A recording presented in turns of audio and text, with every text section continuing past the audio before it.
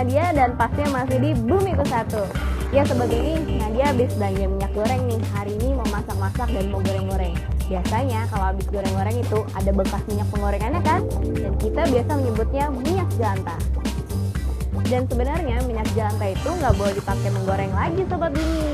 Pas banget nih di episode kita kali ini, ada Sobat Bumi kita yang mengolah produk dari minyak jelantah. Penasaran kan seperti apa? Makanya jangan kemana-mana, tetap di Bumiku Satu.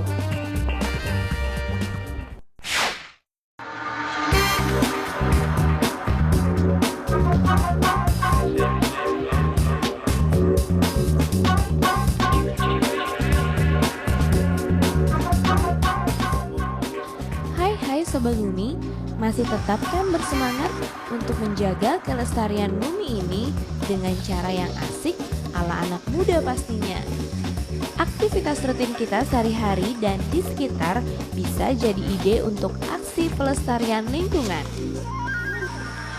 Aktivitas konsumsi pangan yang digoreng dan memasak menghasilkan sisa buangan minyak goreng atau biasa disebut minyak jelantah. Sobat Bumi pasti sudah tahu kan kalau minyak goreng itu punya batas konsumsi. Idealnya minyak goreng hanya sekali pakai dan habis. Tapi dalam penggunaan sehari-hari pasti ada minyak jelantah yang dipakai kembali untuk menggoreng. Tentu, wujud fisik yang berbeda-beda jauh dengan minyak baru. Minyak jelantah tampak tidak bening, berwarna kecoklatan, bahkan bisa sampai hitam Sobat Bumi. Ada serasa sisa menggoreng dan berbau terik.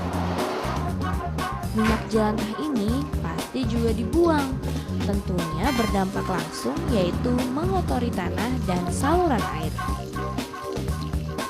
Masalah minyak jelantah ini ternyata diubah menjadi peluang oleh Sobat Bumi kita yang berasal dari Makassar, Sulawesi Selatan.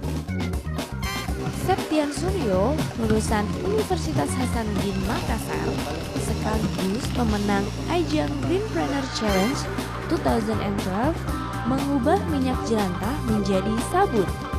Simak ya kisi-kisinya di episode kali ini. Dijamin seru Sobat Bumi.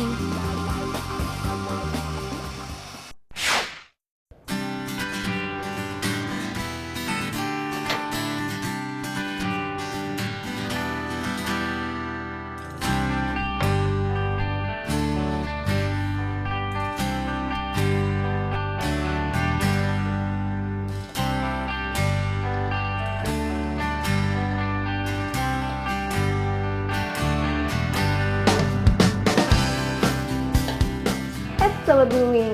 Nah, sekarang Hanat lagi goreng telur nih Sobat Bumi. Dan pastinya pakai minyak yang baru, yang bening. Beda banget nih Sobat Bumi sama minyak yang ini. Ini dia namanya minyak jelantah. Jadi baunya aja udah gak enak Sobat Bumi. Bau tengik gitu. Dan warnanya juga coklat kehitam-hitaman. Dan ada serasa bekas hangat menggoreng sebelumnya. Ini bisa seperti ini karena ada pemanasan Sobat Bumi. Gak baik loh buat kesehatan. Nah, Sobat Bumi kita yang satu ini nih, Septian Suryo, jago banget nih ngolah minyak jelantah ini jadi bisnis. Seperti apa ya kira-kira? Simak ya chefnya.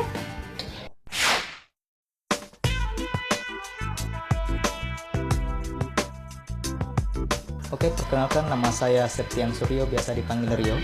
Saya merupakan salah satu finalis dari Green Tea Challenge yang diadakan oleh UNESCO dan Kementerian Pendidikan. Jadi proyek yang saya bawakan pada saat event itu adalah mengubah limbah minyak goreng jelantah menjadi sabun padat seperti ini.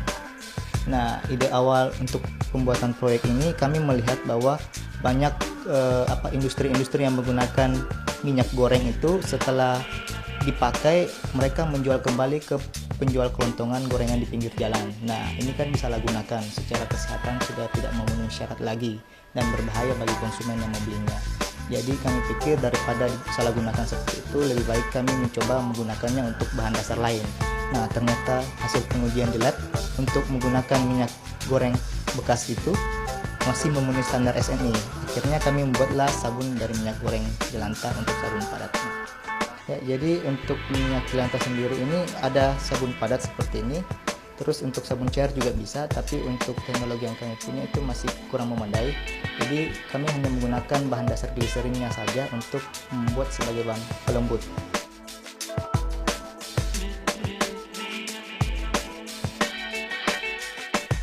Jadi minyak goreng jelantah itu kan ciri-cirinya jelas sudah tidak secerah lagi minyak goreng pada umumnya yang baru kan. Warnanya keemasan, ini sudah mulai agak kecoklat bahkan kehitam-hitaman seperti itu. Nah, terus untuk titik didihnya, kadar asamnya itu sudah lewat dari standar yang ditetapkan oleh SNI. Jadi itu ciri-ciri awalnya, sehingga untuk membuat minyak goreng bekas pakai ini layak digunakan kembali sebagai bahan dasar pembuat sabun harus di treatment dulu. Jadi kami melakukan beberapa treatment agar indikator-indikator yang ditetapkan oleh SNI tetap memasuki range, baru kami menggunakannya untuk membuatnya kembali menjadi sabun padat. Sebenarnya untuk minyak goreng jelantah itu maksimal 3-5 kali pemakaian itu sebenarnya sudah nggak boleh. Bahkan untuk restoran-restoran yang terkenal itu mereka kadang-kala cuma memakai 1-2 kali aja.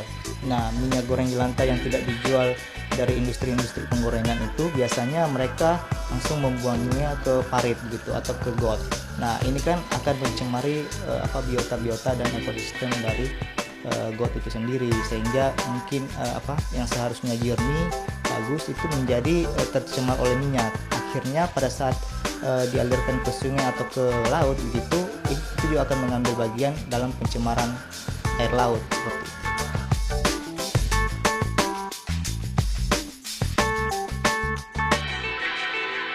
Ya, jadi kalau untuk usaha kami ini, kami bertiga dengan teman saya di kampus. Terus untuk memberdayakan masyarakat, kami bersepakat dengan asosiasi PHRI, terus dengan masyarakat warga-warga setempat yang dengan perusahaan-perusahaan yang menghasilkan limbah minyak goreng. Jadi kami membuat persetujuan terlebih dahulu bahwa minyak gorengnya itu kami beli kembali untuk kami olah sebagai bahan dasar untuk membuat sabun. Untuk lokasi di masyarakatnya itu di masyarakat tempat sekitar kami berproduksi. Kami berproduksi kan di Kecamatan Tamalan Rea ya, perbatasan Makassar dengan Maros seperti itu. Kalau untuk masyarakat ya mungkin potensinya masih kecil. Yang besar potensinya itu ada di industri-industri, di restoran cepat saji misalnya, di home industry snack, kacang goreng kayak seperti itu potensinya luar biasa, karena sekitar setiap harinya itu mereka bisa menghasilkan lebih dari 100 liter minyak goreng bekas seperti itu. Jadi minyak goreng bekasnya kami bisa tampung untuk diolah kembali menjadi bahan dasar pembuat sabun.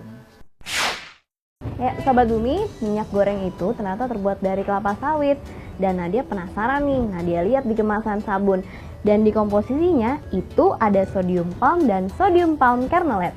Palm yang berarti minyak kelapa sawit.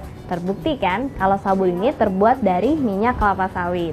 Bisa juga ya dari minyak kelapa sawit yang sudah dipakai, seperti Septian Suryo, Sobat Bumi kita. Seperti apa ya prosesnya? Saksiin yuk di segmen Kulak Kulik.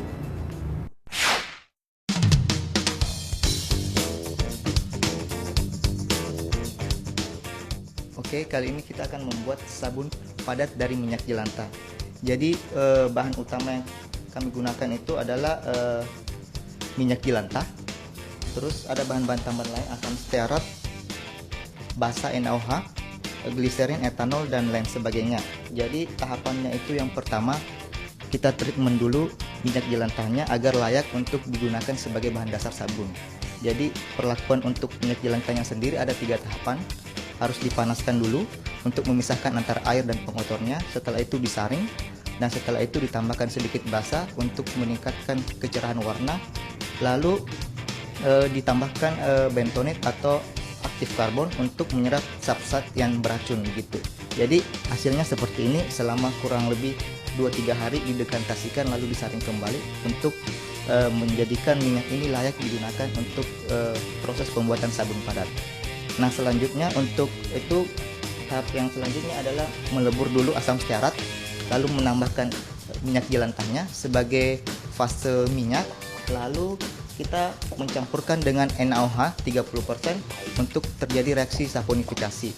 Pada proses inilah intinya membuat sabun, karena pada proses ini terjadi reaksi penyabunan sehingga sabun itu terbentuk. Untuk proses selanjutnya itu hanyalah proses tambahan untuk melembutkan, untuk memberikan pengaroma dan lain sebagainya. Jadi intinya itu ada di dua tahapan itu. Tahapan pertama mentreatment minyak jelantahnya, tahapan kedua adalah membuat proses saponifikasinya.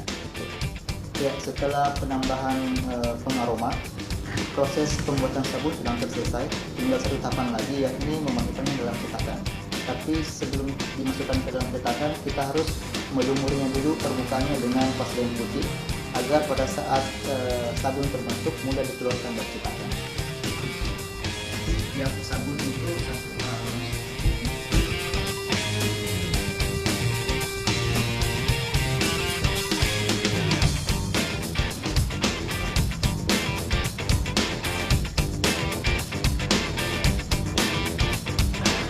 setelah 1 kali 24 jam atau 1 hari didiamkan di suhu ruang selama dengan suhu 25 derajat Celcius, sabunnya sudah mulai memadat, sudah dapat dikeluarkan seperti ini.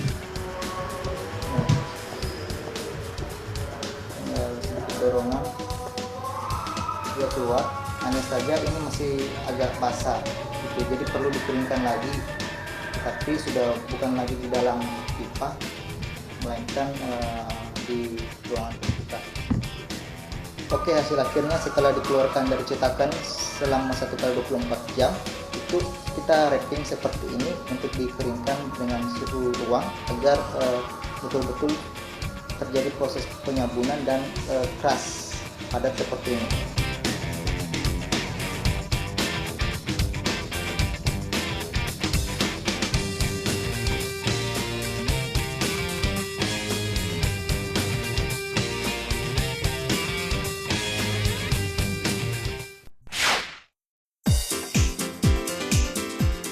Sobat Bumi, saatnya info tambahan mengenai sabun yang disarikan dari Wikipedia.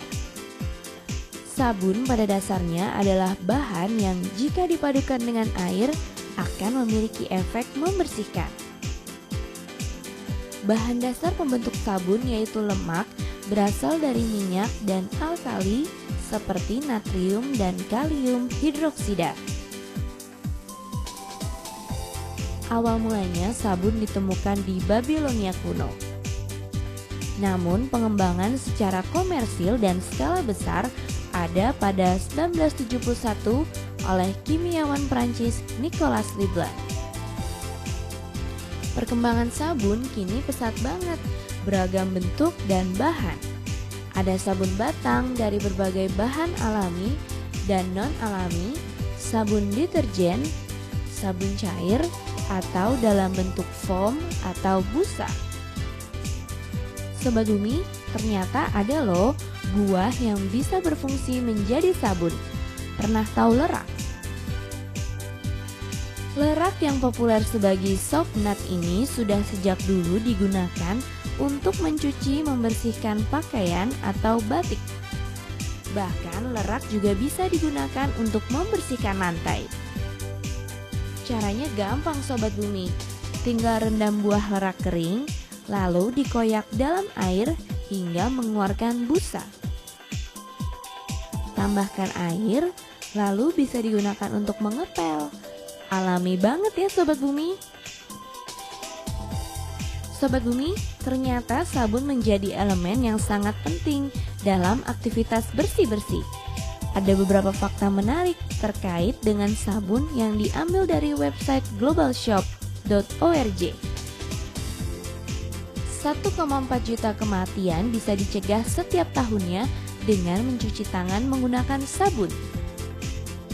Anak di bawah umur 5 yang mencuci tangan dengan sabun dapat mengurangi resiko terserang pneumonia 50% dan diare 44%.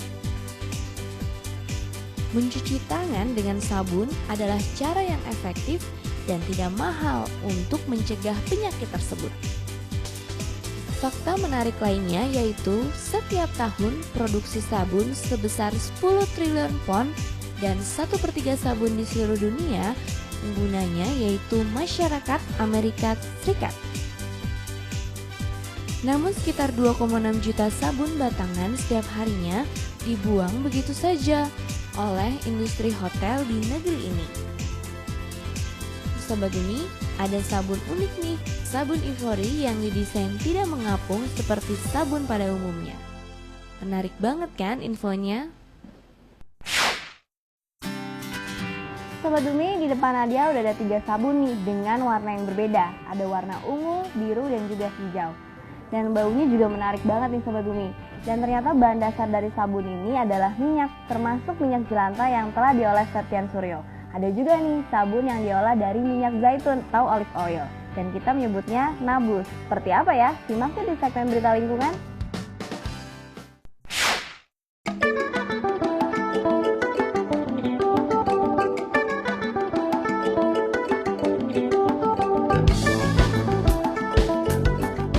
Sobat Umi, satu di antara sabun alami yang terkenal dan tertua adalah Nablusi.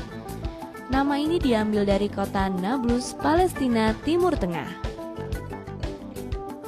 Kombinasi pembentuknya yaitu minyak zaitun, caustic soda, dan air yang merupakan resep tradisi zaman dulu. Kombinasinya memang sederhana, namun tidak dengan proses pembuatannya yang menghabiskan berhari-hari dan tangan yang terampil. Dalam budaya Palestina, tradisi membuat sabun Nablusi diturunkan dari ayah ke anak lelakinya. Abad ke-19 adalah puncaknya popularitas dari sabun ini. 40 pabrik yang tercatat memproduksinya.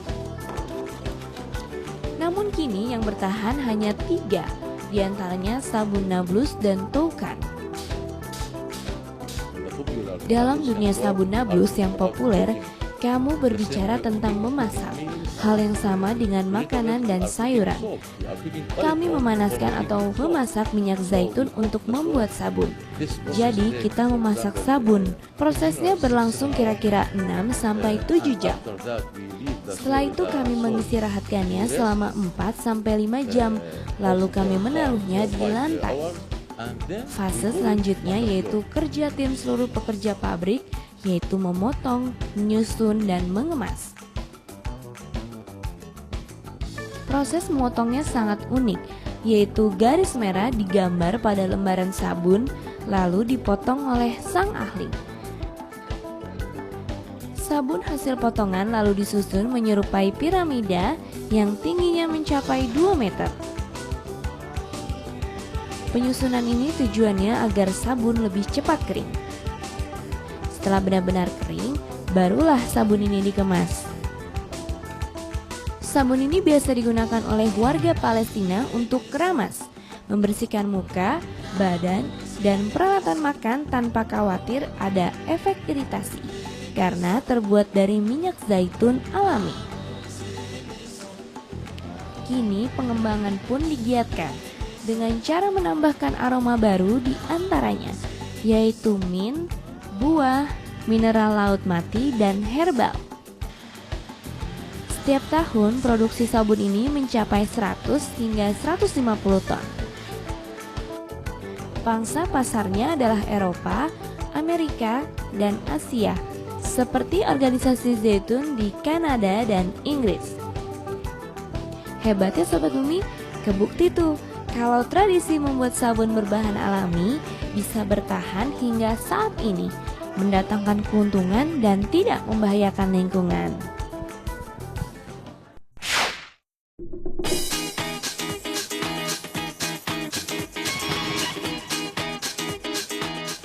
Kalau dari istilah green sendiri ya, belum sepenuhnya green sih seperti itu, karena green kan itu berbicara tentang komprehensif, bagaimana energi yang digunakan mulai dari proses awal bisnis sampai akhir.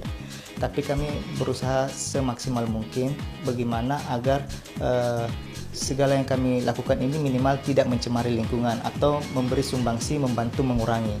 Jadi dari kami sendiri ini kami berusaha mengurangi limbah minyak goreng jelantah dan limbah kemasan plastik. Kami gunakan kembali, reuse, untuk bahan dasar pembuat sabun seperti itu. Karena konsep untuk green secara sepenuhnya kan itu sangat luas dan sangat besar. Mulai dari awal sampai akhir itu harus benar-benar ada indikator yang ditetapkan seperti itu. Jadi kalau dari saya sendiri, kami sedang menuju ke green, belum sepenuhnya green seperti itu. Menggunakan bahan-bahan yang reuse itu kan biasanya cost-nya lebih murah. Terus core bisnis kami itu kan sebenarnya sesuai dengan permintaan custom ya. Jadi sesuai dengan permintaan konsumen. Nah kebetulan konsumen ada yang minta dengan harga yang lebih murah sabunnya, kami berupaya mencarikan solusinya. Nah solusinya itu salah satunya untuk menekan harga ya dengan menggunakan bahan minyak goreng yang bekas pakai digunakan kembali.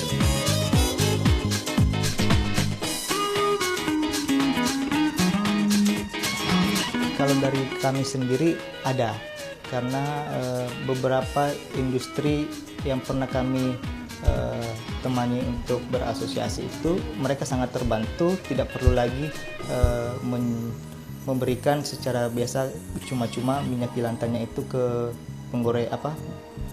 gorengan industri, pedagang gorengan di pinggir jalan, tetapi kami langsung menjemput ke sana, mereka nggak perlu menjual kembali juga seperti itu. Jadi semuanya itu kami tinggal jemput bola ke sana. Kalau dampak untuk profit ya ekonomi itu tentu pasti ada, karena kan kami mengubah ini lalu menjualnya kembali ke konsumen, jadi tentu ada profit yang didapatkan. Terus untuk dari segi sosial ya kami bisa memberikan sumbangsi kepada masyarakat yang mau menjual kembali sisa minyak gorengnya ke kami bisa membelinya, jadi bisa membantu juga walaupun mungkin tidak besar, tapi setidaknya memberikan tambahan keuangan bagi ibu rumah tangga ya, seperti itu yang mau berupaya mengumpulkan. Terus bagi lingkungan tentunya akan mengurangi pencemaran. Terus kami berupaya supaya agar limbah plastik ini tidak mencemari tanah lagi seperti itu karena susah terurai.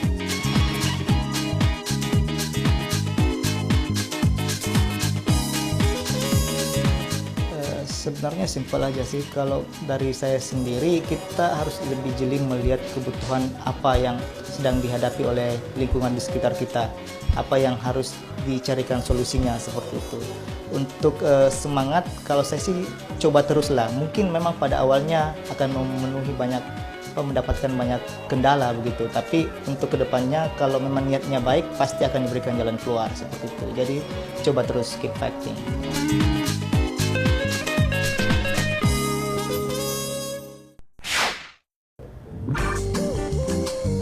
Sobat Bumi, terbuktikan ternyata minyak jelantah dapat dimanfaatkan lagi menjadi sabun. Dan langkah ini oke banget loh Sobat Bumi, bisa mengurangi pencemaran lingkungan dari minyak jelantah yang jika dibuang begitu saja. Lalu minyak jelantah ini jika didaur ulang, ternyata kita memperpanjang daya gunanya loh. Nah, jika sampah atau limbah ini diolah kembali, pastinya dapat mendatangkan berkah bagi lingkungan dan penghidupan, seperti yang dilakukan oleh Septian Suryo, Sobat Bumi kita. Dapat lagi kan Sobat Bumi ilmunya? Jangan lupa dong sharing di Twitter dan follow Twitter kami di Bumiku1.itv. Jangan lupa juga saksikan terus episode menarik lainnya setiap hari Minggu jam 15.30. Nadia pamit dulu ya Sobat Bumi, sampai ketemu minggu depan. Bumiku1, lestarikan selalu. Dadah Sobat Bumi.